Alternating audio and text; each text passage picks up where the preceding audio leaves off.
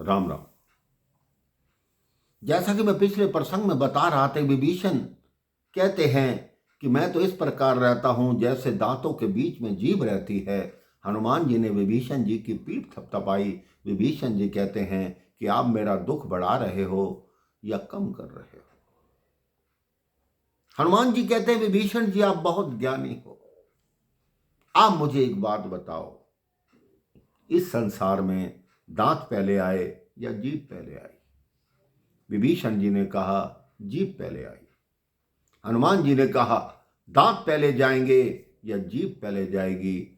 विभीषण ने कहा दांत पहले जाएंगे।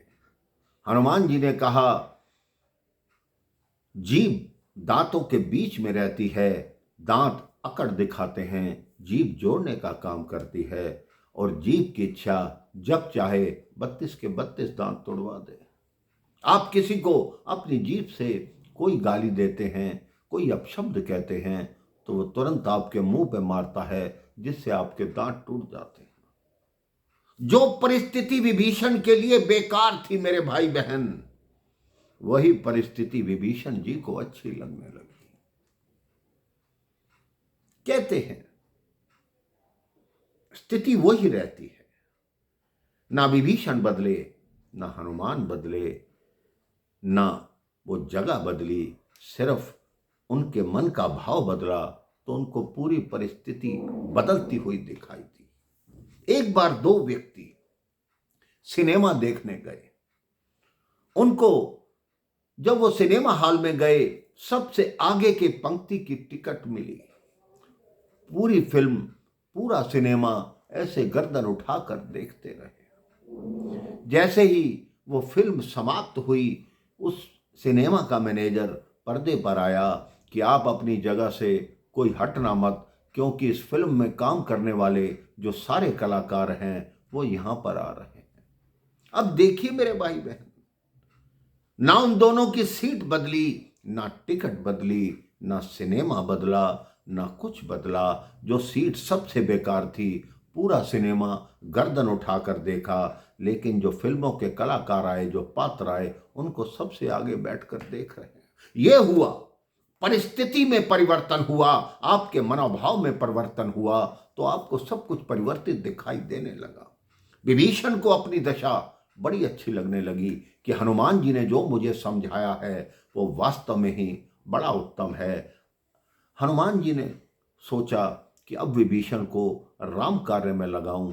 विभीषण जी कहते हैं कि अब बताओ हनुमान, प्रभु मुझ पर कृपा करेंगे? हनुमान जी कहते हैं कभी नहीं करेंगे। विभीषण जी उदास हो जाते हैं कि प्रभु मुझ पर कृपा क्यों नहीं करेंगे? हनुमान जी कहते हैं तुमने आज तक राम कार्य किया, प्रभु सिर्फ राम नाम लेने से प्रसन्न नहीं होते, अपितु राम कार्य करने से भी प्रसन्न होते हैं। विभीषण ने कहा ठीक है, तो मैं आज के पश्चात श्री राम का नाम लेना आरंभ करूंगा। तो हनुमान जी ने कहा अब भी प्रभु आप पर कृपा नहीं करेंगे। विभीषण ने कहा अब क्या बात हो गई? अब तो मैंने बोला है कि मैं रावण का विरोध भी करूंगा और राम कार्य भी करूंगा। तो हनुमान जी ने कहा विभीषण, आपको ये ज्ञात नहीं, प्रभु की ये रीति है, वो अपने भक्तों पर कृपा नहीं करते, वो भक्तों पर प्रीति करते हैं। अब विभीषण की आंखों से आंसू बहने लगे। दोनों भक्त गले मिले।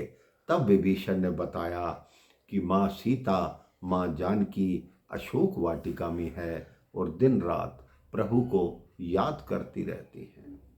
तो एक भक्त के भक्ति की खोज में जितनी बाधाएं आती हैं मेरे भाई बहन, वो हनुमान जी के समक्ष सारी आई। अंत में मार्ग एक प्रभु भक्त ने ही बताया कि आपको भक्ति उस स्थान पर मिलेगी।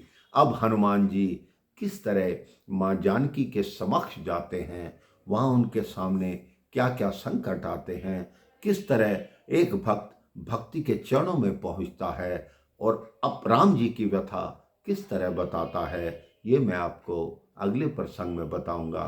राम राम, जय श्री राम।